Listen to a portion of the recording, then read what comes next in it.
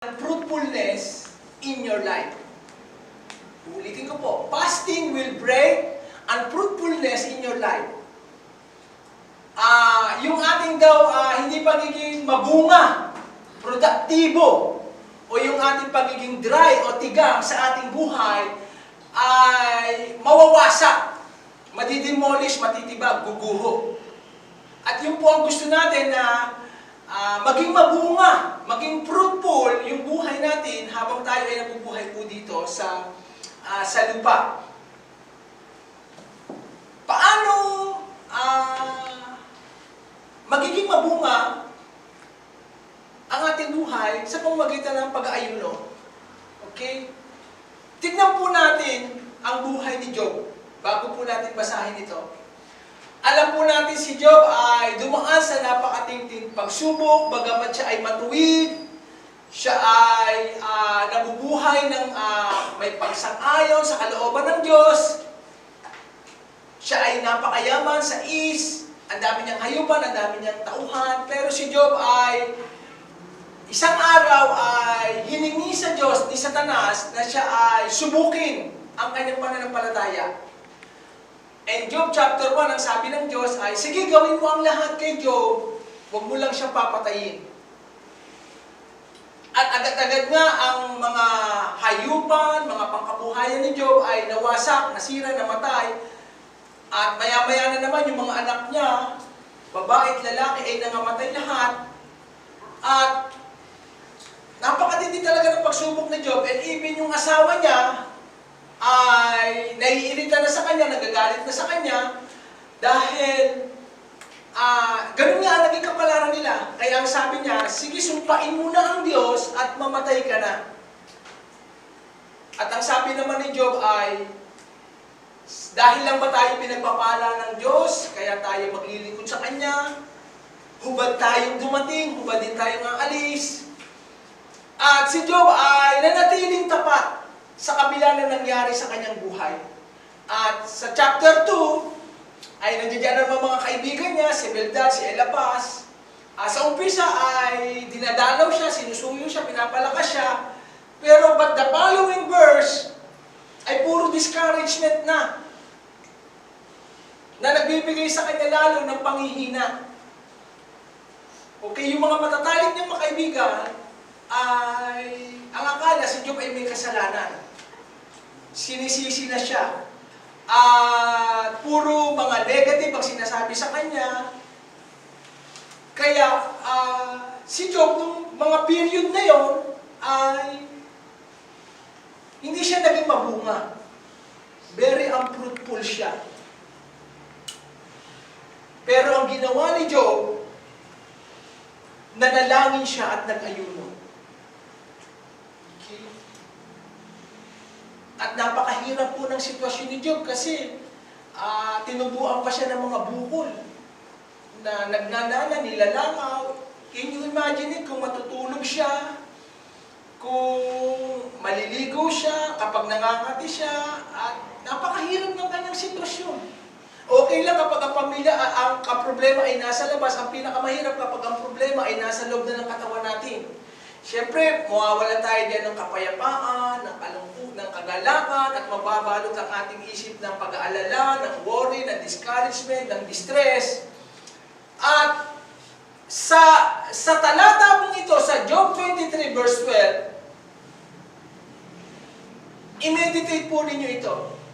Ang isa kasing ginagawa ko sa pag-aayuno sa Daniel Pass, and I read a lot of books, meditation, nagme-memory verse ako. Kay memory verse, bukod sa meditation, nagme-memory verse ako para maging kalakasan ba? Okay? Kaya, kayo po mga nagda-Daniel Pass, o magda-Daniel Pass pa lang, may mga guideline akong ituturo sa inyo para mas ma-improve pa, para mas magawa pa natin ang tama, mas maging meaningful, mas makahulugan yung ating talagang ginagawang pag-aayuno sa season po ito. Okay? Job, ito po yung i-memory verse nyo, Job 23, verse 12. I have not departed from the commandment of his lips. I have treasured the word of His mouth more than my necessary food. Kita niyo po dito kumuha si Job ng kalakasan. Hindi raw lumayo, hindi nawala sa labi niya yung mga declaration, yung mga confession, yung mga pangako ng Diyos, yung mga utos ng Diyos. Hindi raw nawala. Pinanghawakan niya ng husto yung mga pangako, yung salita ng Diyos. Treasure niya raw. Ibig sabihin, naging kayamanan niya sa kanyang bibig. At mas naging napakahalaga pa ito kaysa sa mga pagkain. Kita niyo po kung gaano kahalaga dito pinapakita sa atin ng Diyos yung Word of God. Na ito pala yung magbibigay sa atin ng kalakasan. Kapag dumarating tayo sa matinding pagsubok, sa mga trial na parang ang mga demonyo sa impyerno ay break loose at patay ang atake sa atin. Yung salita ng Diyos ay higit pa raw sa pagkain. Biruin mo, sabi ni Job, okay lang sa akin na ako hindi makakain, mag-ayuno. Pero ganun ko papahalagahan ang salita ng Panginoon. Dito, hindi pa naman kompleto yung compilation ng Bible. Ang babasahin pa lang dyan ni Job ay yung mga laws sa mga lumang tipan. Wala pa yung si Jesus Christ yan, at saka sa New Testament, yung mga ebidensya, mga pangyayari. Yung Old Testament, alam po natin, boring basahin yan sa mga pag talagang hindi pa lumalag at lumalalim sa salita ng Panginoon. Pero si Job, talagang minimeditate niya yan. Dinideclare niya yan, araw, tanghali, gabi. Ganun niya pinapahalagahan. Kaya, yan po yung ating magiging kalakasan. Mas pahalagahan natin ang Word of God. Kaya nga lagi po ako nagpapaalala sa inyo, dyan po sa 90-day challenge, i-desire po ng puso natin na huwag tayong mawala ng gana sa Word of God. Okay? Na manabik tayo, katulad ng sanggol, sabi ni Apostol Pedro. Kasi yun ang nourishment ng ating espiritu, ng ating kaluluwa. Kasi kahit nangihina ang ating katawan sa pag-aayuno, lumalakas yung ating espiritu kasi yun talaga ang tayo. At yung ating mga damdamin, emosyon, pag-iisip, yung intellect, yung will natin, yung pagpapasya natin, ay napapalakas. At isa pa pong tinuro sa akin ng Panginoon, bakit kailangan natin ang salita ng Diyos? Kasi in my observation, maraming mga tao poor in mind. Mahirap yung kanilang kaisipan, poor in mind. Kapag poor in mind po tayo, siyempre poor na rin yung relationship natin sa Diyos, relasyon natin sa ibang tao, yung mga gagawin natin, paano tayo magsalita, paano tayo kumilos. Kasi nga poor in mind, mahirap yung ating kaisipan. Very poor. Yung palagi tayo negative, parang palagi-lagi ang nakikita, walang positive, unproductive. Kasi nga poor in mind eh. Kaya pala tayong inuutusan ng Diyos na meditate the Word of God day and night. Kaya I encourage you na every day, makinig ng mga motivational message, inspirational message. Let's continue on learning every day, lalo na sa salita ng Panginoon. Maging katulad tayo kay Job. Tingnan niyo po ilang minuto, ilang oras ang piniprepare natin para sa pagkain. Di ba ang dami, umaga, tanghali, lalo na minsan limang beses tayo kumakain, nagmimerienda pa tayo sa umaga, sa hapon, meron pa sa gabi. Tignan nyo, ang dami po nating oras na nagagamit para palakasin yung physical natin. Pero yung inward, yung ating espiritu, yung ating isipan, ano ang napapakain natin dyan? Di ba sabi, kapag Kung ano yung nasa laman ng isip mo, you will become who you are. Eh siyempre, kapag purang ating isipan, yung ating intellect, yun ang kalalabasan natin. Mahina. Kaya si Job, nakuha niya ang sikreto at ito po yung matututunan natin dyan. Kaya again, balikan po natin yung 90-day challenge, yung pagbabasa, yung Bible reading. Kasi talagang ini-specific na dyan. Biruin nyo, mahigit 7,000 ang pangako ng Diyos sa atin. Ang dami. Kaya ang gaganda po ng mga pinapag-aralan po natin, yung binibigay na katulad ngayon, meditation on covenant, anointing, and rewards. Diba? Eh kung nakakapakinig nga tayo ng mga balita dyan, ng mga kwento, ng mga kailangan po maging matalino po tayo ngayon sa taong ito. Tumataas ang mga bilihin, ang gastusin. Nagbabago maya't-maya ang sitwasyon. Hindi na natin kayang pigilin yan.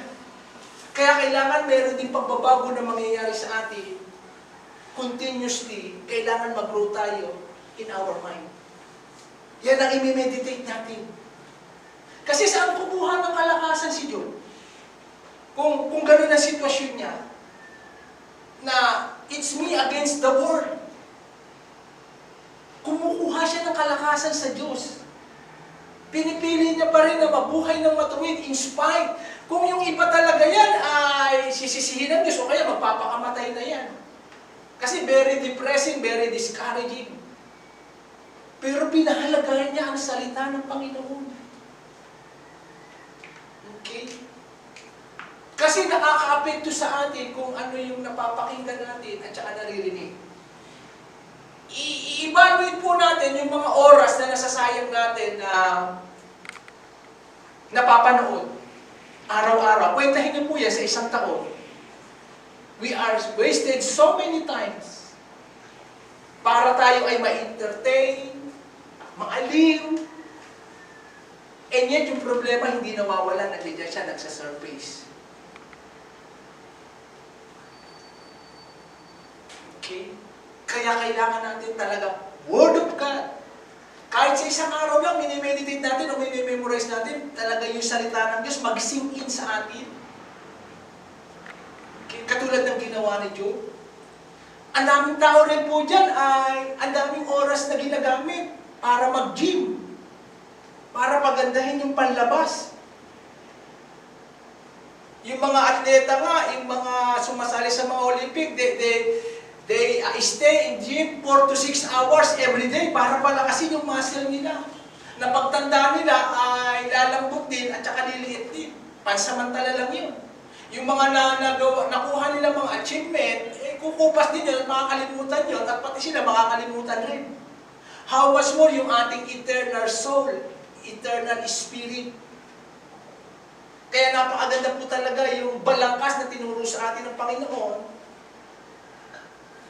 Yung pagbabasa. Okay? Kahit ikaw lang muna, kung wala pa sa bahay mo, ikaw lang muna, personally, tapos kayong dalawa, pamilya.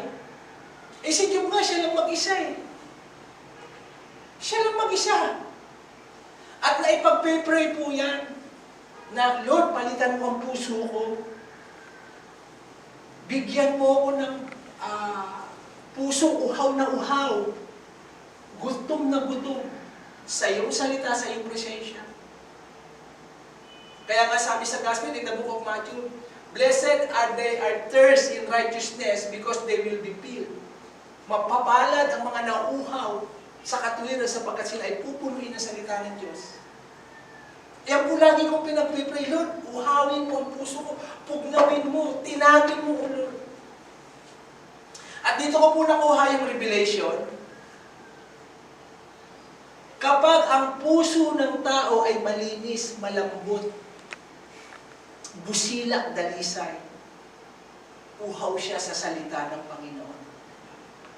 Uulitin ko po, hindi natin nakikita ang puso ng tao, no? Nakatago kasi eternal organ eh. Pero madi-discern mo siya kung ang puso niya ay malambot, madaling tinagi ng Espiritu Santo. Pag-uhaw sa salita ng Diyos. Uhaw na uhaw sa presensya ng Diyos. Uhaw na sambahin ang Panginoon. Ang lambot ng puso niya. Napakalambot ng puso niya. Ang daling i-touch ng Diyos, ang daling i-move ng Holy Spirit. Kaya, ang puso po natin ay madali siyang tumigas, maging hard. At ang makakapagpalambot lang niya at makapaglilinis ng puso natin, tangi ang salita ng Panginoon. Kaya kita niyo po si Job, talagang overcomer siya. Sa verse na ito, pinapakita ang puso ni Job, napakalinis. Okay. Kaya, napakahalaga po talaga ng prayer and fasting sa isang Kristiyano. Kaya kung tayo po ay may mga trabaho, kung hihingi po kayo ng day off sa kumpanya o pinagtatrabahuan, ilaan niyo po sa prayer and fasting. Paghanap sa Diyos, pagsaliksik, paglapit sa Diyos to draw near closer, to have an intimacy. Kaya may problema tayo o wala. Napakahalaga po yan. Kasi kapag wala po tayong feeding ng Word of God, magiging poor in mind tayo. Lalakad tayo sa flesh. Magiging carnal Christian tayo. Kasi yung mga napapanood natin, naririnig, puro negative. Okay? Kasi not necessary lahat naman ng balita. Alam na natin ang ibabalita din. Nagkapanggaan, pinatay, COVID, yung mga, alam na po natin yan. Kung may papanoorin man na kababalitaan ngayon, yung mga national headlines na may kinalaman at kaya ko siya papanoorin o alamin ay para maipag-pray. Katulad ngayon, yung pagdating ng vaccination, mga malaking issue yan na kailangan ang mga gagawa niya ng mga local governor o mayor ay maging matalino sa pagbabakuna. Yan po, malaking issue po yan. National. Na kailangan natin ipag-pray at isama sa pag-aayuno. Okay? Tapos maging mapili tayo, maging maingat tayo sa pinipid ng ating kaisipan. Kailangan palagi siyang puno ng Word of God para lumambot pa ang puso natin. Okay? Gano'n natin pahalagahan ang Word of God.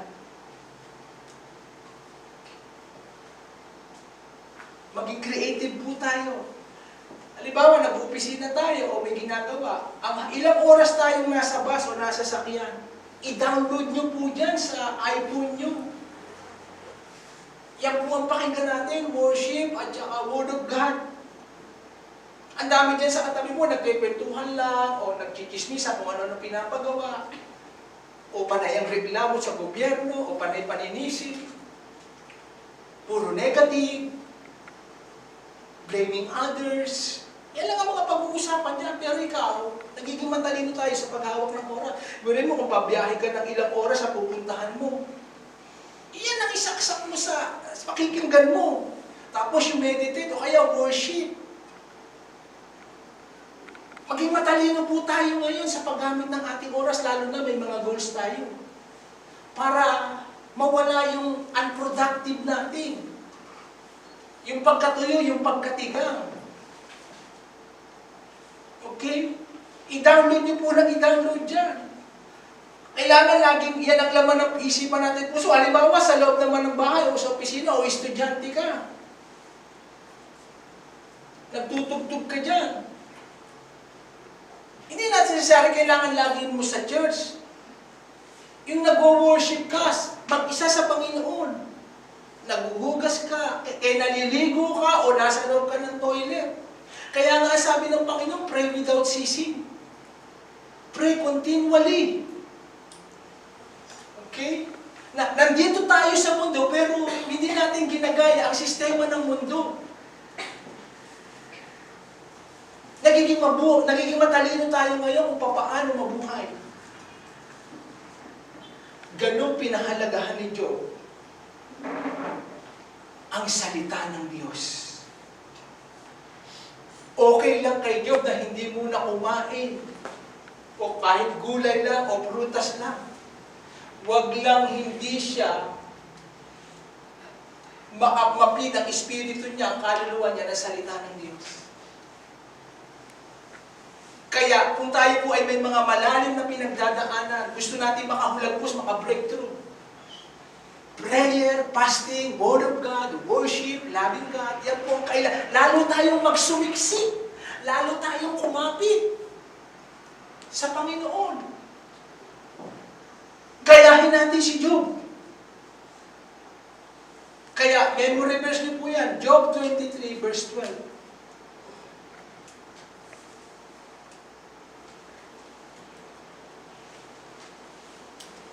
Ano nangyari kay Job? Isa pang pagpapatunay na ang puso ni Job ay malambot, busilak, malinis, parang bulak. Job 42 verse 10. After Job had prayed for his friends, the Lord restored his fortune and gave him twice as much as he had before. Pagkatapos daw ipag-pray ni Job, yung mga kaibigan niyang nagkikriticize, nagsasalita sa kanyang likuran na puro negative, sinisiraan siya. Pinag-pray niya. Kaya ako nga, etong week na ito, dinila ko ng Panginoon eh. Kasi sa prayer and fasting talagang lilinisin talaga ang puso natin. Yung Holy Spirit, maliwanag na maririnig. Na kahit yung mga naninira sa amin, yung kakompetisyon namin sa negosyo, ni-remind sa akin ng Panginoon, pinag-pray ko. Pinag-pray ko, Lord, mamaligtas sila, i-bless mo sila. At nagkaroon ako ng respeto sa kanila. Kasi in natural, flesh yan, kapag tayo ay nasaktan o na-open, gaganti tayo dun sa taong nakasakit sa atin. Hindi natin makalimutan yung mga salitang binitiwan, yung mga kataga, kung kailan, words by words. At alam niyo yung strategy ni Satan, sisiguraduhin niya lahat ng mga pangit at laban sa iyo ay makarating sa iyo para talagang bumaon ng malalim sa ating puso. Para magkaroon tayo ng sama ng loob, galit, tampo, hinanakit. At ang gustong sirain ng kaaway, yung relasyon, he wants to divide and to divide. Sa mag-asawa, sa anak, sa magulang, sa magkapatid, sa church. Lahat yan ang trabaho ni Satan. At dahil nga si Job ay rich in mind, hindi siya poor in mind dahil binimeditate niya, pinapahalaga ng Word of God, dahil malambot ang puso niya, pinag-pray niya ang kanyang mga kaibigan. At last chapter po ito, yung Job 42. Doon kumilos ang Diyos. Dininig ng Diyos ang prayer ni Job.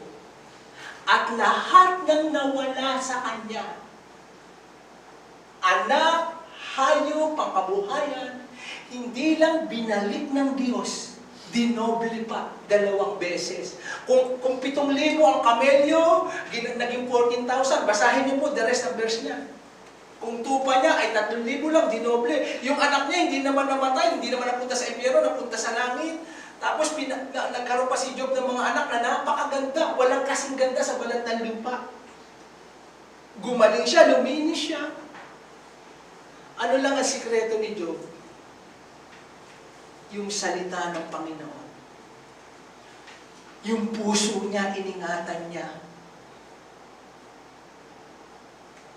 Doon siya umapit lalo. Kaya, kapag tayo ay hindi makapagpatawad, paulit-ulit nating iniisip, binemeditate yung mga salita na nakasakit sa atin, yan ang gusto ng kaaway, nagpapakawala siya na nagliliyab, na palaso, tinatarget niya ang isipan natin. Madaling tumigas ang puso natin, we are wounded. And hurting people hurts other. Ang taong may sugat ay makakapanakit din sa iba. You are bleeding inside.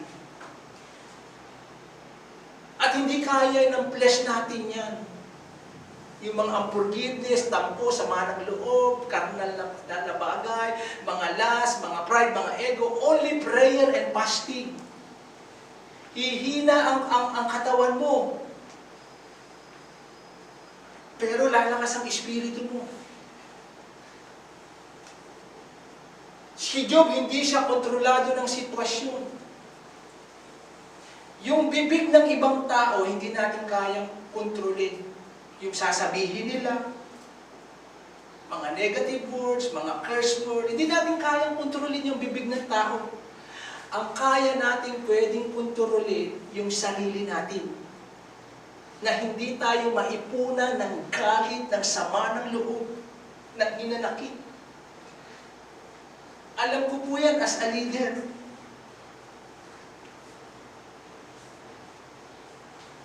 Kaya kita nyo maraming mga sakit konektado sa puso. Kasi kapag naipon na yung sama ng loob, ng galit, ng hindi pagpapatawad, yan lumalabas yung mga sakit na heart attack, diabetic, cholesterol. Kahit tanungin niyo po, scientist o medically speaking. Kasi naipon na. Konektado lahat yan. Mahina ang puso, very weak. Okay. Sabi nga ni Dr. Atoy sa isang seminar, kung hindi kayo makakapagpatawad, huwag na kayong umasang gumaling. Sayang lang ang pakikinig ng seminar dito. Sayang lang lahat yan. Yung pagtingin nyo sa doktor, yung mga reseta, ibibigay, sayang lang lahat yan. Kung hindi nyo kayang i-deal ang puso ninyo na magpatawad kayo, yung hinanakit ninyo, yung samahan nyo ng loob, hindi nyo kaya, wala, sayang lahat yan, i-deal nyo muna ang puso nyo. Kaya, ganyan kahalaga ang prayer and fasting. Lilinisin. Ihingi ng tawad. Ihingi ng tawad. Sa Panginoon, mga salitang mga nabibigkas natin, na walang kapuluhan na, kasi ang mga tao ngayon, ganito lang palagi ang words nila. Kung hindi magreklamo, sisihin ng iba. Palagi nakikita nila negative, walang positive. Tapos hindi sila grateful. Kasi kapag hindi ka mapagpasalamat, mareklamo ka at hindi ka grateful. Lagi mo nakikita yung pangit. Ang ganda, di ba sabi sa this is the day that the Lord has made. I will rejoice and be glad in it. Kaya napakahalaga po yan. Yan ang atake ni Satan para manghina tayo. Okay? Amen. At lahat po ng nawala sa atin, maibalik. Maging fruitful tayo. Ang vision ko po pa rito sa Cavite ay makapag-church planting. Lord, nagiging unfruitful ako dito. Kailangan ko ng mga taong katulad ni Pastor Doming na makapag-church plant. Iba ang labanan dito sa Cavite. Mas maano. Okay? Kaya para mawala yung unfruitfulness natin, yung hindi tayo mabunga, siyempre sama-sama na yan. Kapag poor in mind ka, mahina emosyon mo, hindi ka self-motivated, tinatamad, walang gana, walang sigla, walang enthusiasm. Siyempre kasama financial natin dyan. Lahat tayo manghihina, sama-sama na, konektado lahat yan. Pero kapag tayo nanalangin, nagpakumbaba, nag-ayuno talaga, pinasyasat natin ang ating puso. Kantahan ko po kayo, no? Isa lyrics lang. Ito yung kinanta ko sa Panginoon. Salamat, Panginoon, kilala mo ako. Ang lahat ng bagay ay dilingid sa'yo. Salamat, Panginoon, tinutuwid mo ako. Ikaw lang ang may alam ng aking patutunguhan. Salamat sa'yo, Panginoon.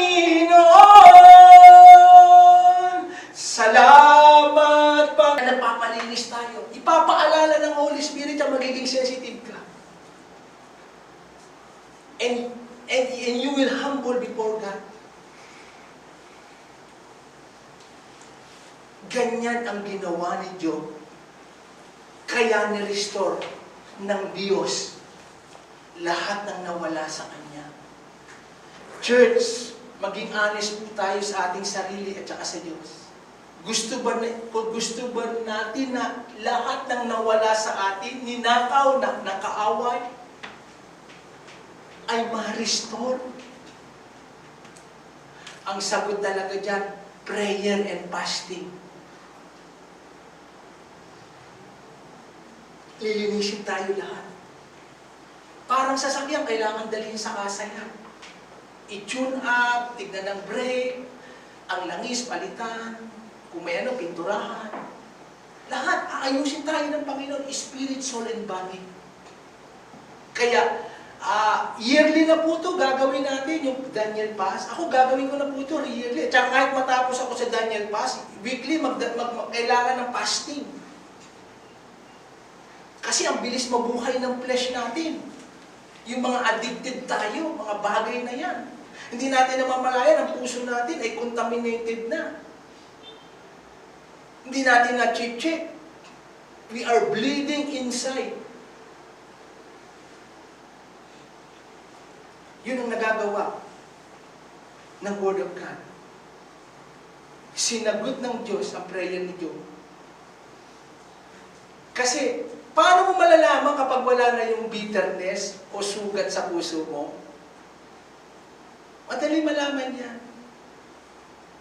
Yung mga taong nakasakit sa'yo, ipagpe-pray mo. Hindi ka na matutuwa kapag may pangit na nangyari sa kanila. Kaya mo na siyang harapin o titigan eyeball to eyeball. Hindi yung dati, umiiwas ka eh. Nakikita mo na siya, umuusok, may ngit-ngit, parang gusto mo siyang sabunutan, batukan, o pag sumpain, ganyan. May sugat ka pa niya, kapatid. Hindi natin namamalayan. Okay? Minsan kahit sa magpapamilya yan, sa magulang, sa anak, sa magkapatid, sa magbiyanan, ganyan ang gawa ng kaaway, magulo talaga. Kaya sabi nga, ilantad ninyo. At saka, ang pagpapatawad ay isang gamot. Ikaw ang nahihil, ikaw ang gumagaling. Kasi the more tayong hindi nagpapatawad, the more nilalaso natin ang ating puso. Malalaman po natin na kapag may sayad o may konting sabit na konting galit o sama na lang, ramdam po natin yan. Alam ko po itong tinuturo ko. Dahil sa pastor, ang dami pong nakakasakit.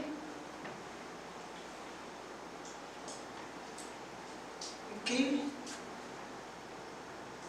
Malalaman mo yan. Kaya nga napakaganda yung kinanta po kanina, yung maging open tayo sa Panginoon. Mga awitin ng pagpapakumbaba yan, yung nagpapasiyasa tayo. Kaya nga sabi ni David, search me, O God. Siyasatin mo puso ko. Kung may nagawa man akong kasalanan, forgive me on all my iniquities. Kasi gusto niyang maging malaya eh. Ang dami po ngayon, bilanggo, binibilanggo ng kaaway. Dahil nga, ang puntirya niya yung relasyon. Hindi tayo makapagpatawa. O kahit ikaw na nasaktan, ikaw na ang mali, ay ikaw na ang tama. Lalapit ka sa taong yan at yayakapin mo siya, I love you. Pinanood ko nga si Oprah, Christian pala siya. Kasi yan pang isang goal ko habang hindi po ako nanonood ng anumang movies, mga action, mga wala po. Inspirational, at saka mga successful people na kailangan matuto ako tayo sa kanila. Si Oprah, isang Kristiyano, ang sabi ng lola niya ay sa Mississippi, panoorin niyo po yan sa YouTube. Napakahirap. Labandera, nanay niya labandera rin. Tatay niya manggugupit. At pinapalo raw siya niyan ng lola niya. Tapos, tignan mo kung paano ako maglaba. Ganito ka kapag laki ko, ayusin mo, ganyan pag sinasampay. Tapos pag pinapalo yan, susugat-sugat siya, tapos marami, kailangan, huwag ka nang iyak. Kahit masakit yung niya, tinitrain niya na magpakasaya, kung hindi, papaluin siya. Tapos yung nanay niya, hindi siya masyadong inaalaga, gano'n, bleeding siya sa loob.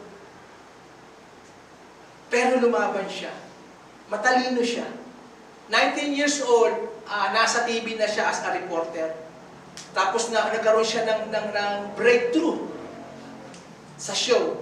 Ngayon, ang bahay pa lang ni Oprah, worth 90 million US dollar. Mamamatay ang ina niya, nag-i-struggle siya na patawarin ba o ano, hindi niya masabi yung humingi ng tawa o yung gratitude, dahil nga sa ginawa eh.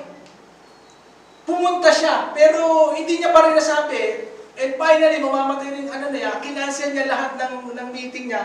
May aeroplano siya sa sarili, pinuntahan niya. At doon, hindi niya pa rin ma-release yung nagpatugtog pa siya. At doon niya sinabi yung pasasalamat, yung pagpapatawad, yung kagandahang asal na ginawa sa kanya ng buhay. Doon siya naging malaya. Biruin mo, nagpapalakas siya ng ibang tao, nag-aanoy, pero siya bleeding, may sugat. Napakaganda po na maging malaya. Ang dami po sa atin ang nakakasakit araw-araw. We are wounded. We are bleeding inside. Katulad kay Job. Ginawa niyang magpatawad. Ang lambot ng puso ni Job, I tell you. Kasi kung babasahin niyo yung Job, ilang chapter dyan, puro criticism, puro negative, puno ng yan kay Job, puruin mo to. Dito lang gumanda yung mga verse, yung patapos na. In-overcome lahat siya ni Job. Ang nagpalakas ka nga sa kanya, yung relasyon niyang malalim, malapit, very closer relationship sa Panginoon. Kaya kapag hindi masyadong malalim ang ating relasyon sa Diyos, lalakad tayo sa flesh. Lalakad tayo sa lakasan natin. Hindi matanggal-tanggal, kahit nagpipray tayo o nasa Diyos, hindi matanggal-tanggal yung mga galit, mga sama ng loob, nagtataas tayo ng kamay, pero naiipon yan. Hindi siya nadidil. Okay? At madidil talaga yan dun sa prayer and fasting. Pag binuksan mo ang puso mo sa Panginoon at nagpakumbaba at nagpalinis at isuko mo totally, yung iyong emosyon, damdamin, mas pinipili ko na maging malaya kaysa magkimkim ng galit na sama ng loob ng forgiveness. Okay? Kasi panggugulo ng kaaway yan eh. Kahit, eto si Job napakatuwid, walang kasalanan, talagang naging matibay. Kita niyo naman nung kinalugdan siya ng Panginoon, lahat ng nawala, binalik, doble pa. Yan po ang dinideserve ko po sa church dito sa atin. Hindi po tayo titigil ng mananalangin mag-aayon na magiging buhay na po natin yan, hanggang maging fruitful po tayo. Na kahit yung mga pangarap po para sa buhay po ninyo ay mangyari at maganap. Amen? Amen. Number 2. Ikalawang magiging... Ito po mga tinuturo ko sa inyo ay karanasan ko po siya ha. Ito po sa ginagawa kong Daniel Pass. Ito po yung nararamdaman ko. Mga turo, katuruan, bunga ng pagsasaliksik sa Panginoon. Nag-pray na ako ng madaling araw. Magpe-pray pa ako ng alas 10, alas 11, tapos magpapahinga ako, hapon, magpe-pray pa. Kasi napansin ko, kailangan talaga nating lumuhod sa Panginoon. Yung mga tuhod natin, makikinis pa yan eh. Kita niyo po kapag masipag ang isang tao, yung kamay niya makapal, kalyado. Ganon din po sa Kristiyano. Pag makinis pa yung tuhod natin, kailangan kumalyo siya. Hindi ba masyado nakikipagdigma sa prayer niya? Mapagtatagumpayan lang natin ang mga problema natin pag niluluhod natin. Kaya doon ko nga nakuha yung habit na basta na lang luluhod, hinahatak ako ng naluluhod eh. Yung etong ano po natin, hayaan po natin magkalyo sa kaluluhod yan, ituhod po natin ang mga problema, iyak natin, magtagal tayo sa presence ng Panginoon. At ang isa pang na-obserbahan ko sa prayer and fasting, ang kalaban mo rito, yung sarili mo, yung pagkainip. naiinip ka, sumisigaw ang katawan mo. Gusto nang gumawa, gusto nang kumain, gusto nang gawin ito. Nagsisigawan siya kasi doon tayo nabuhay eh. Yun ang movement natin eh, for the person. Tapos ito, bigla kang mag-ano, talagang magkakaroon ng panibago yung katawan natin. Pero ito po yung na-discover ko. You will become mighty inside. Okay? Okay. Ipaliwanag ko po muna, Proverbs 18:14.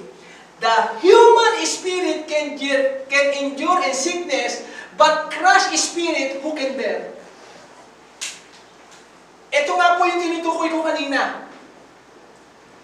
Kapag hindi nawawala sa ating puso yung mga galit, mga tampo, mga sama ng loob, mga las, nakakrush ang ating spirit.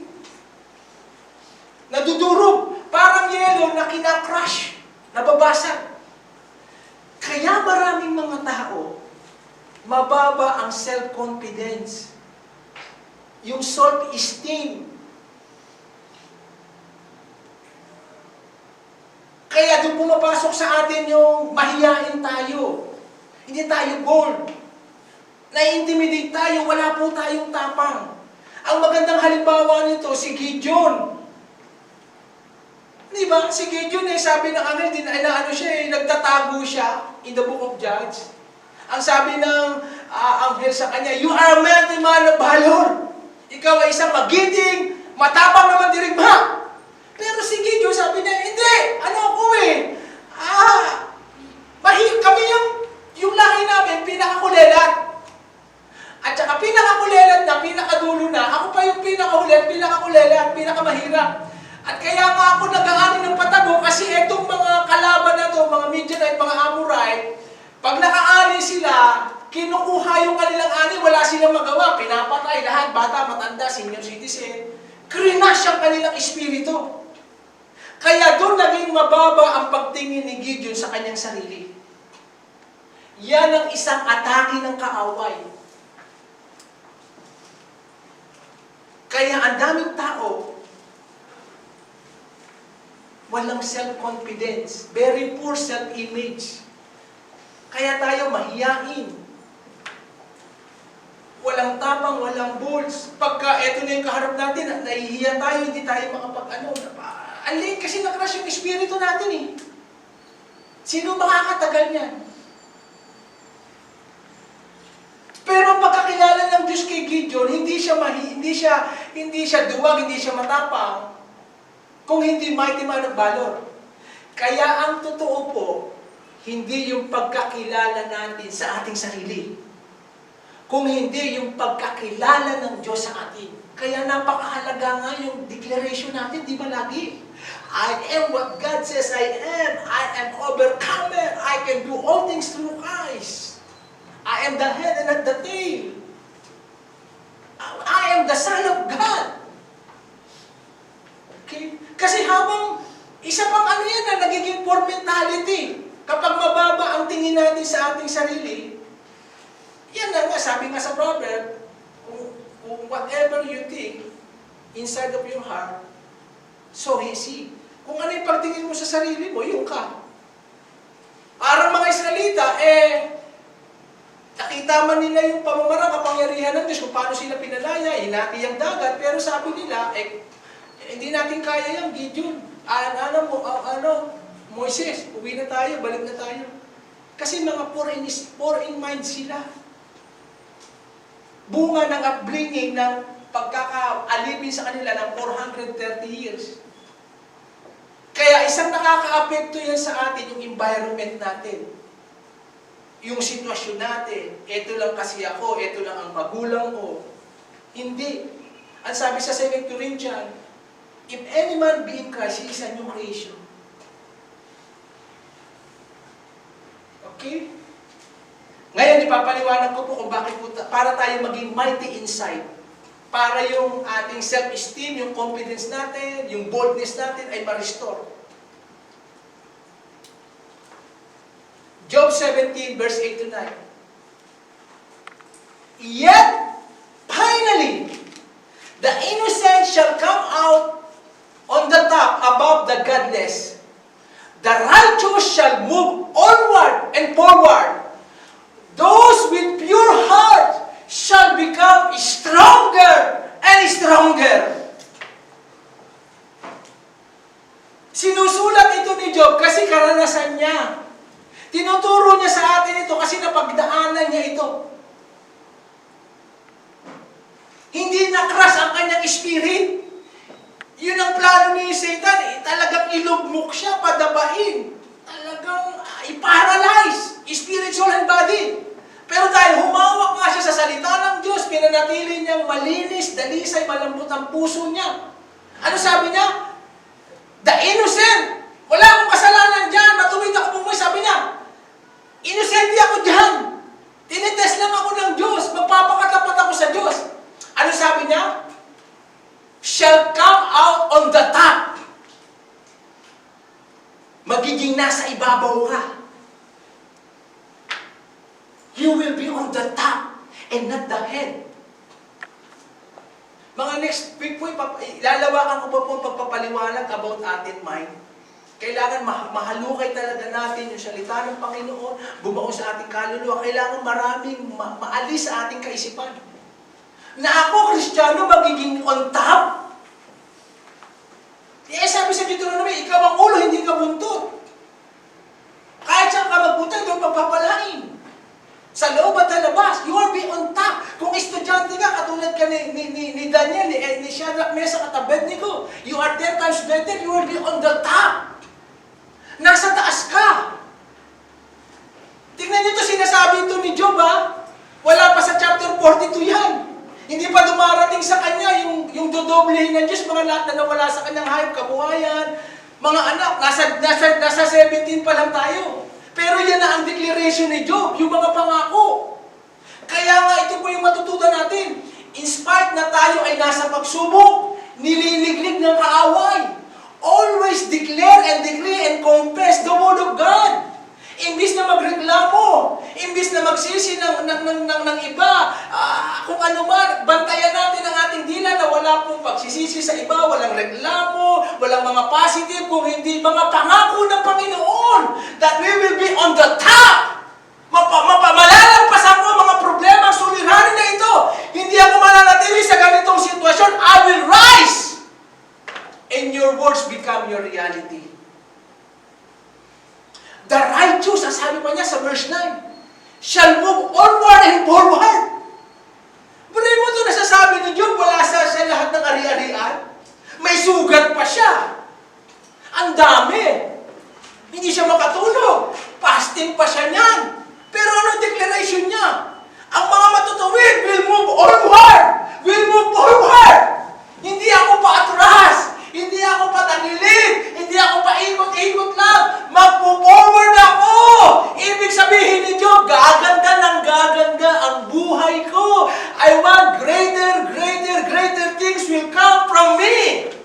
By the power. Bakit nasabi ni Job yun? Naging mighty siya inside eh.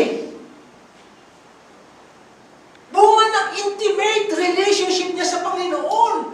Na ang kinakain niya ay puro salita ng Diyos. Araw, umaga, gabi, mas pinahalaga niya ang salita ng Diyos kaysa maaliw siya. Kaysa malibang siya. Pero mo, tignan niyo po ang isang declaration ng isang taong ganito. Walang wala lahat. May sakit. Pero ano ang declaration niya? I will onward. I will move forward. Hindi niya lang sinabing, I will be on the top, ha?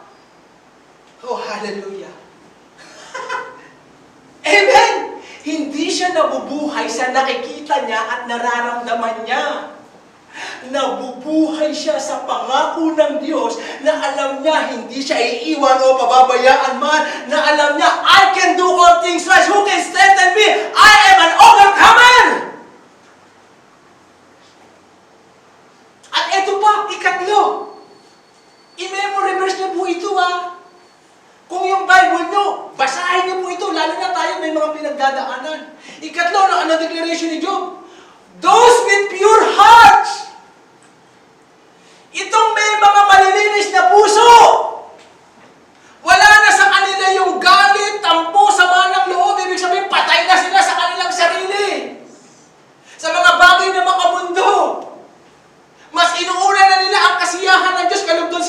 na magkaroon sila ng kaaliwan. At mabuhay sa mga pansamantala na ikita lamang na doon lang nakapokus. Itong malinis ang puso. Ano sabi ni Job? Shall become stronger and stronger.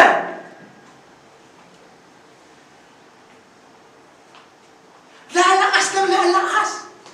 Mighty inside.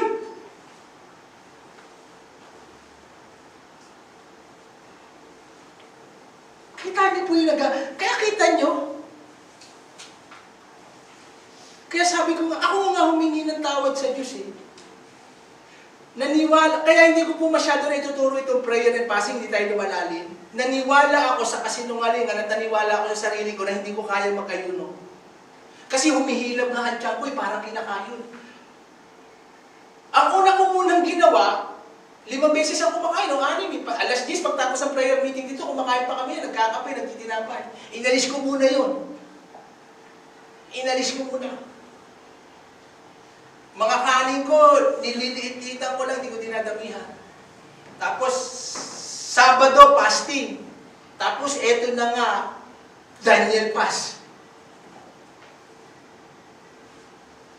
Kaya dito ko po nakikita yung mga malalalim na revelation.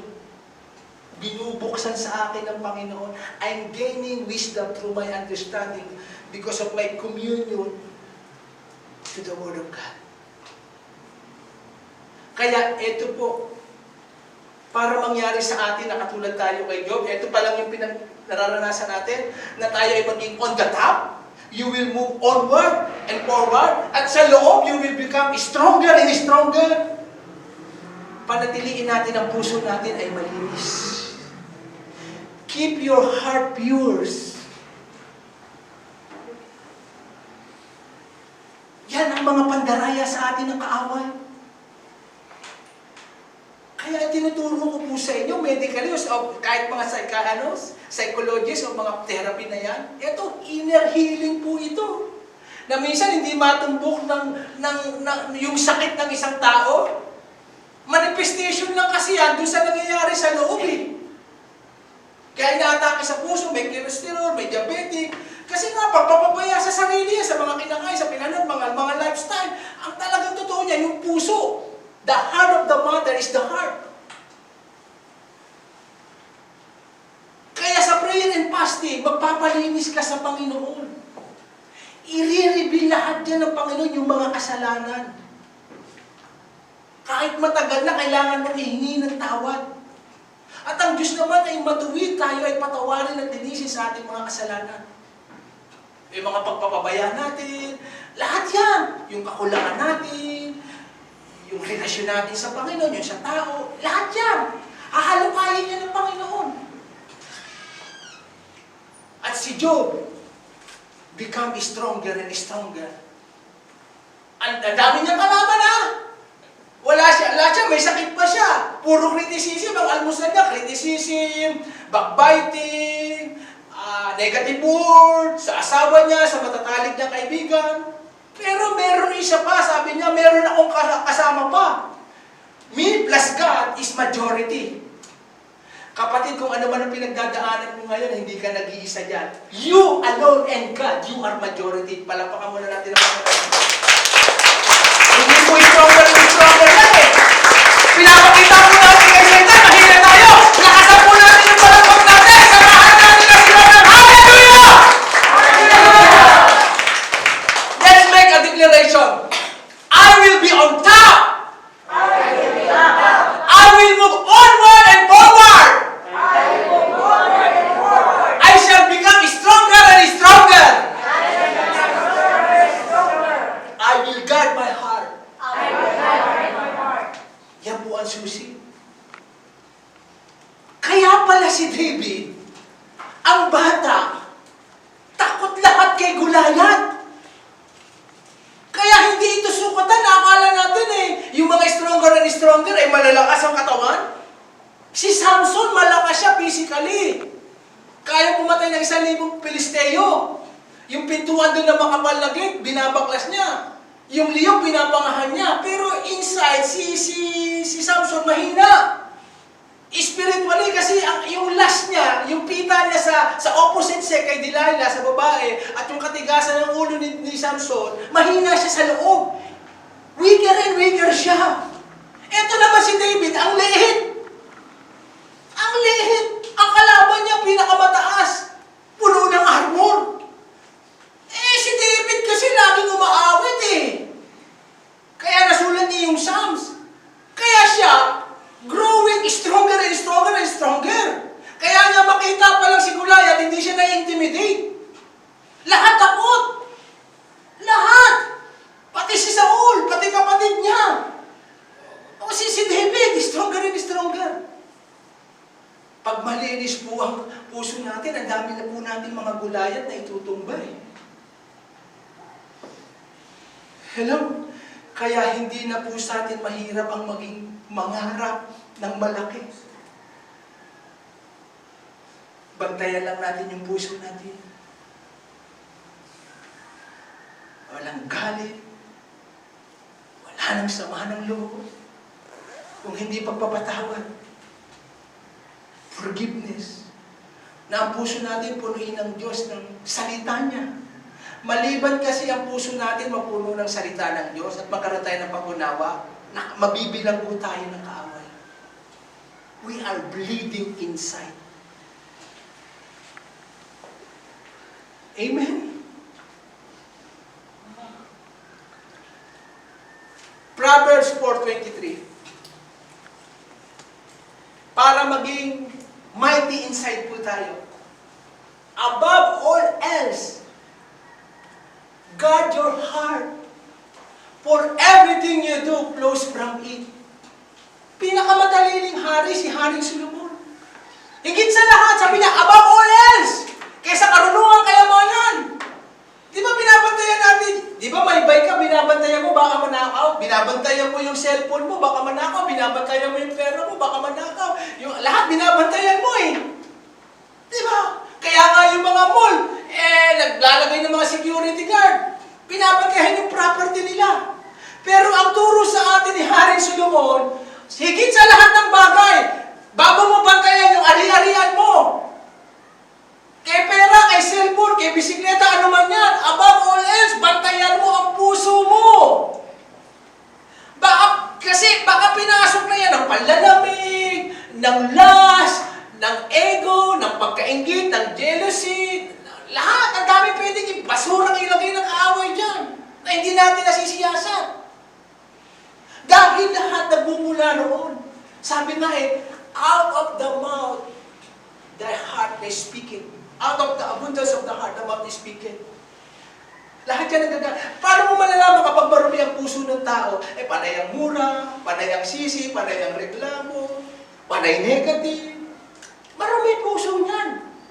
Pero ang taong malinis ang puso, umaga pa lang, positive ang nakikita niyan.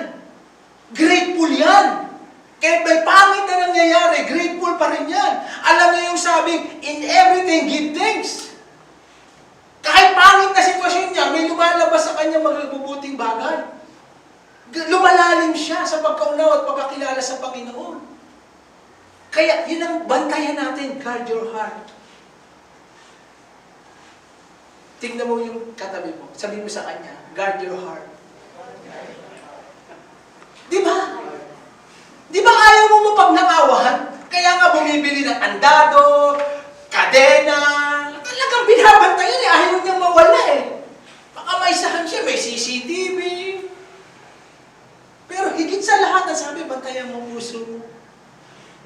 Kaya nga sa prayer natin, hindi ka agad nagmamadali Pinasisiyasat muna yan Pag magpe-pray po tayo, wag agad yung hihingi, pasiyasat muna sa puso natin.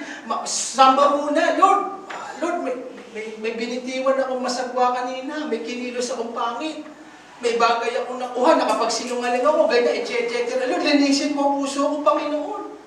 Bago ka pupunta rin sa mas malalim pa. Kasi baliwala yung prayer natin, pag yung puso natin may sabit.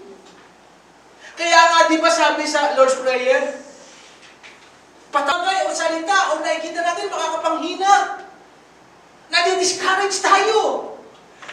Sa loob, sa labas, parang okay tayo, pero sa loob namihina tayo. Ang dami dyan. Ito yung dahilan kung bakit na-overcome ni Job at nasabi niya, I will become stronger and stronger. Hindi siya nang hina. I-pray po natin ito araw-araw sa ating sarili. Na patatagin ng Panginoon ang ating inner being through the power of the Holy Spirit.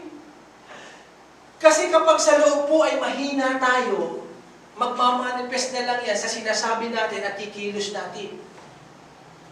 Kaya ang lagi natin sasabihin, mahina ako, hindi ko kaya, hindi ko magagawa yan, I am weak. Hindi ko kaya yan.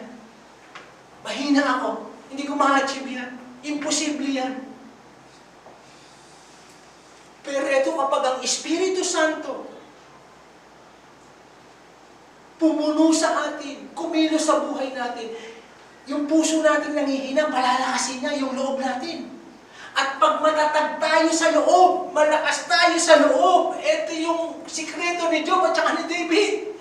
Kaya gaano mang gulayat yan, kaya 5 gulayat man yan. Kaya wala man akong kakampi dyan, kaya lahat galit sa akin, asawa ko, o mga kaibigan ko, I am mighty inside. Kaya napakahalaga yung pakikipag-fellowship sa Holy Spirit. Yun ang magpatatatag sa atin. Ipag-pray natin yan. Verse 17, so that Christ might dwell in your hearts through faith. And I pray that you being rooted and established in love. Bari mo, si Kristo raw ay manahan sa puso natin nang may pananampalataya o sa pananampalataya. At pinapepray ko na maging rooted kayo. Mag-ugat sa inyo, ma-establish sa inyo ang pag-ibig. Na kahit yung galit sa inyo, yung kinamumuhian nyo, ay magawa yung mahalin. Kasi kung sa place lang talaga natin, kung sa kalakasan natin, hindi natin magagawang magpatawad, gumawa ng tama, ay nasaktan niya, we are wounded, we are bleeding. Pero kapag kayong pag-ibig ay nag-ugat, na-establish, hindi nagitinag, ikaw pa lalapit sa taong nakasakit sa'yo, I forgive you. I'm sorry kung nasaktan man kita. Patawad. Ngayon, kung sinabi mo na yan, ayaw kanyang patawarin, na-release ka na ron. Okay na yun. Nasa sa kanya na yun. Miningi ka na nagpakumbaba ka na, you humble, patawad na nasaktan kita. Patawad. Kaso yun nga ang problema, yung ego, yung pride. Yung pagpapakumbaba, yung humility. Hindi ako yung tama. Hindi, ako siya yung mali, ako tama. Kaya dun sa prayer and fasting, dun ididil yan. Etong week, dun ako dinil ng Panginoon.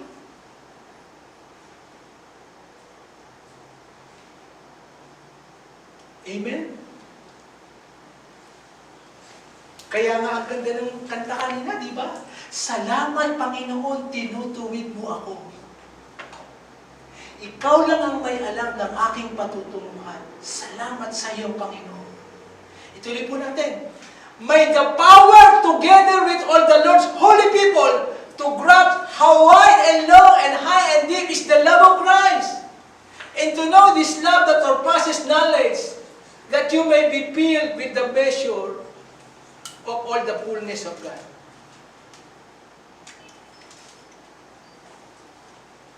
Na yung kapangyarihan daw na yon, bilang sa ating lahat, ay mapanghawakan natin kung gaano ka kalapan, kalalim, kataas, yung pag-ibig ni Kristo sa atin.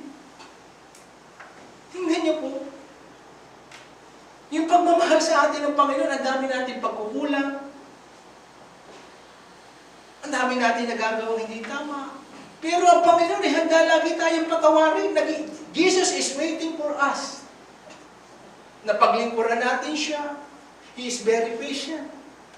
Ganon kalapad, kalawak, kalalim ang pag-ibig ng Panginoon sa ating puso. Yun daw ang pumuno sa ating puso.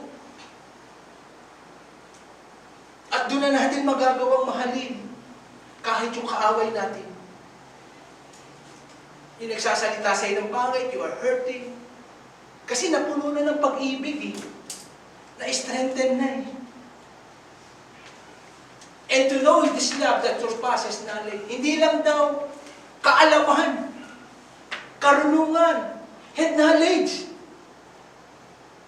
Kung hindi mapuno tayo ng fullness of God, mag-umapaw tayo sa kaluwalhatian ng Panginoon. Diba? Kaya napakahalaga talaga, patibayin po natin yung prayer life natin. Sa simpleng analogy na lang po halimbawa, si Abe, kakausapin ba ako ni Abe kung hindi ko siya kinakausap? Di ba, yung mga cellphone ninyo, bakit patay ngayon? Hindi kayo kumukontak eh. Hindi ka kakausapin, bakit hindi mo siya kinakausap? Ganon din sa Diyos. Kung hindi mo siya kakausapin, hindi ka niya kakausapin. At dahil hindi tayo pinakausap ng Diyos, hindi natin nakikita yung ating sarili, yung ating reaction, yung ating gagawin, walang guidance, wala. Very blurred. Kakausapin lang tayo ng Diyos pag kinakausap natin siya. Tapos tignan natin ilang oras ba ang naibibigay kong panahon para kausapin ng Diyos. Kung sa mga bagay na makamundong ito, hindi naman masusolve ang problema ko, ang dami ko ng taong kinakausap. Ginagamit ko na lakas ko lahat. Hindi nasusolve ang problema ko. Dito sa prayer and fasting, isosolve yan ng Panginoon. Kasi kinakausap ko siya eh. Lord, ito yung kahinaan ko, ito yung pinagdadaanan ko. Ito yung gusto ko, Lord. Gabayan mo ko, bigyan mo ko ng karunungan, turuan mo ko, baguhin mo ko, hulmahin mo ko, pandayin mo ako. I submit to you, Lord. Kasi, di ba sabi, draw near to me and I will draw to you. Lumapit ka sa akin at ako'y lalapit sa iyo. Tayo ang gagawa ng effort. Kasi nga sa napaka-busy ngayon ng mundo, ang daming distraction sa loob natin, ang daming distraction. Kaya napakahalaga yung time alone with God. You are fully consecrated. Yung katulad ni Jesus, meron siyang unbroken fellowship. Si Adan wala namang ipipag-pray nun eh. Wala pa namang presidente na, tsaka wala siyang problema dahil pangailangan. Pero yun ang gusto ng Diyos eh.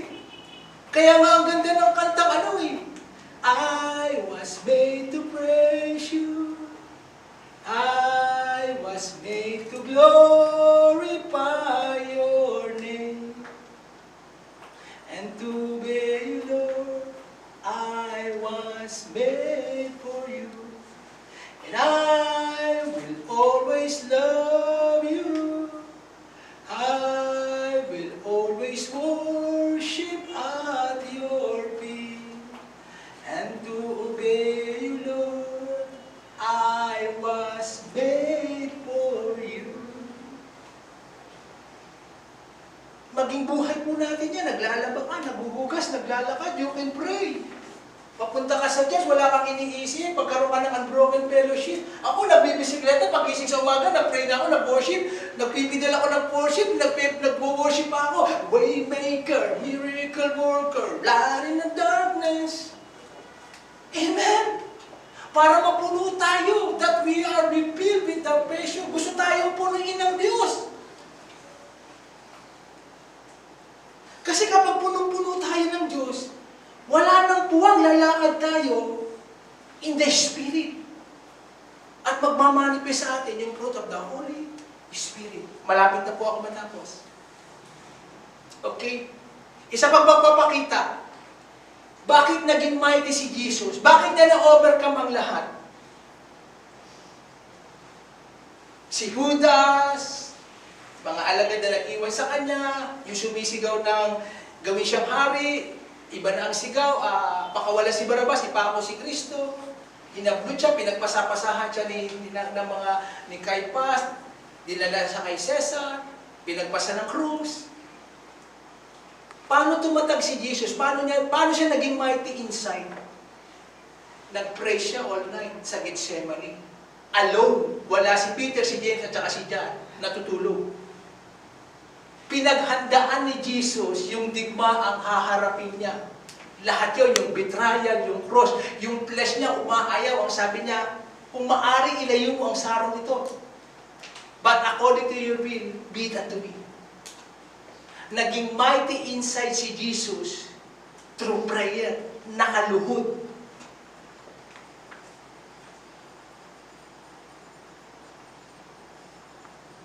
Iluhod po natin kung ano man yung digmaan natin kinakaharap. Sa pagluhod natin, doon tayo kukuha at bibigyan ng Diyos ng kalakasan. Mabuhay po tayo sa tuhod, ang kikinis pa ng tuhod natin. Kailangan maging kalyado siya. Sabi nga ng isang pastor kung sa presensya lang ng Diyos, hindi ka na makatagal. Kung sa pagpipray lang, hindi ka na makatagal. Kung sa pag-aaral lang ng Diyos, hindi ka na makatagal. Hindi ka makakatagal sa mga problema, sa mga atake ng kaaway na yan. Kung doon pa lang sa 90-day challenge, sa Bible reading, sa prayer, hindi tayo makatagal, inip na inip tayo. How much more yung mga digmaan dyan? Ang mga demonyo galit na galit sa atin. Ready to kill, steal, and destroy. Mapagtatagumpayan natin yan sa tuhod. Iluhod natin. Ipag-pray natin. Nangihina ka physically, but you will become stronger and stronger. Amen? Last slide. Number 3. Health and blessing. Mga benefits po, health and blessing.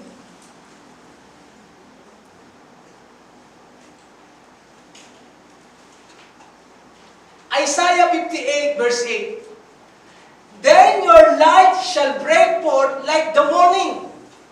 Your healing shall spring forth speedily. And your righteousness shall go before you. The glory of the Lord shall be your rear guard.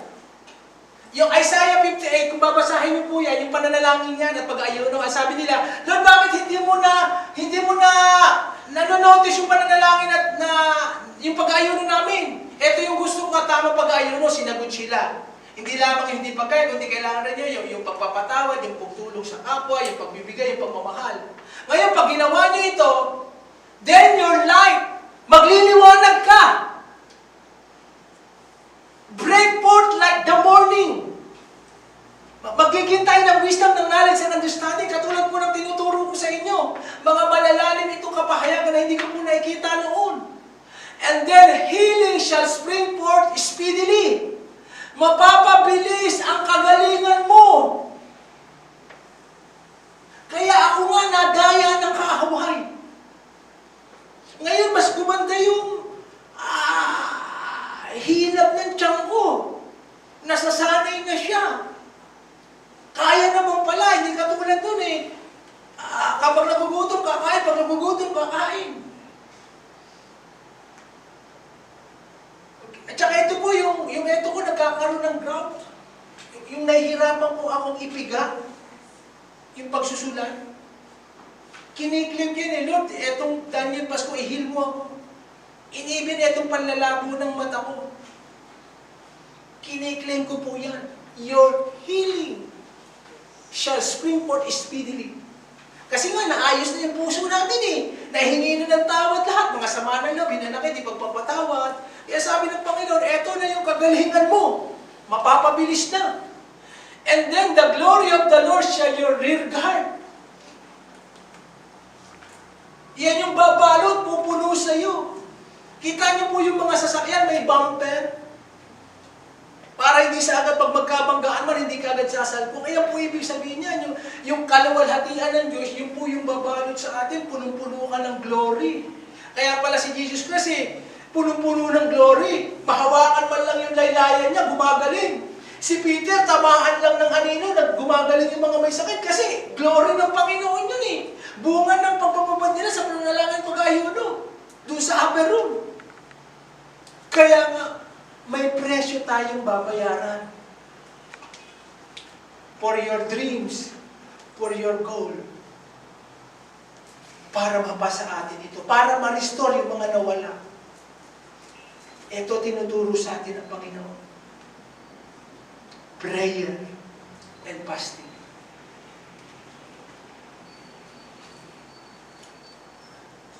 Kahit ang mga agila, sanay nang lumipad mag-isa. Lahat ng tao, lahat ng ibon nagtatago na, mga pipit, mga maya, mga paro, tago na lahat. Ang agila lumilipad pa rin. Napakalayo, maliit ang mata niya, visionary siya. Hindi siya kumakain ng mga patay, mga bulok. Gusto niya sariwa lagi. Walang makapanalo sa himpapawid sa kanya. Pero dumarating ang panahon na lalagas yung kanyang mga feathers, yung mga pakpak niya. Ang ginagawa ng agila, pupunta sa mataas na batuhan. Ilang linggo. Siya mismo aalisin niya yung mga tuka niya na nalalagas, na pupudpod, na babali. Painful yun. Inaalis niya isa-isa. Tapos maya-maya may tutubo na naman. Ilang linggo yun. Tutubo na naman. Very painful ang process. Pero kailangan niyo para to soar high. To keep going, to keep visioning, to keep moving. Kailangan niyo magtago ako sa klep. Kaya pala tama yung kanta ang sabi, You are my hiding place. You always fill my heart with song and deliverance. Whenever I am afraid, I will trust in you. I will trust in you. Let the weak say, I am strong in thy strength of our Lord. I will trust in you. Gawin po nating taguan as I close. Gawin po nating kublihan ang Diyos. Tulad ni Job, tulad ni David, tulad ni Jesus, kailangan tayong mabuhay sa prayer and fasting. Hihina ka nga physically, maaring papayat ka, pero ang daming benefits. Katotohanang matagal nang tinago sa atin at pagkukulang ko rin sa inyo dahil naniwala ako na hindi ko siya kaya. Kasi dati noon, pag Sabado, nagpa-fasting na ako niyan. Uuwi na lang ako tapos na mag-practice pag Sabado. Minsan, napo-force fasting kasi tatlo kami. Ang budget lang namin, 300, 500. Paano namin pagdudugtong-dugtongin nyo? Kaya minsan, naaanos na, sige, eto na lang, fasting tayo. Pray na lang natin yan. Gutom lang yan, malilipas din yan. Ngayon, pinababalik sa akin yung Panginoon. Amen? Para lahat po nang nawala sa atin. Minsan may mga digmaan na hindi natin makipaglaban eh. God will fight for your battle. Ang Diyos na ang nakipaglaban para kay Job. Ang Diyos na ang nagbalik, dinoble pa. Wala naman siyang pagkukulang na eh. Ang Diyos na lang talaga. Binalik ng Diyos. Kaya kung ano man po yung battle na pinagdadaanan natin, let God fight for us. We can win the battle. The battle belongs to me. Magtago lang tayo sa Kanya. Magpalakas lang tayo sa Kanya. Tumayo po tayong lahat. Kantahin po natin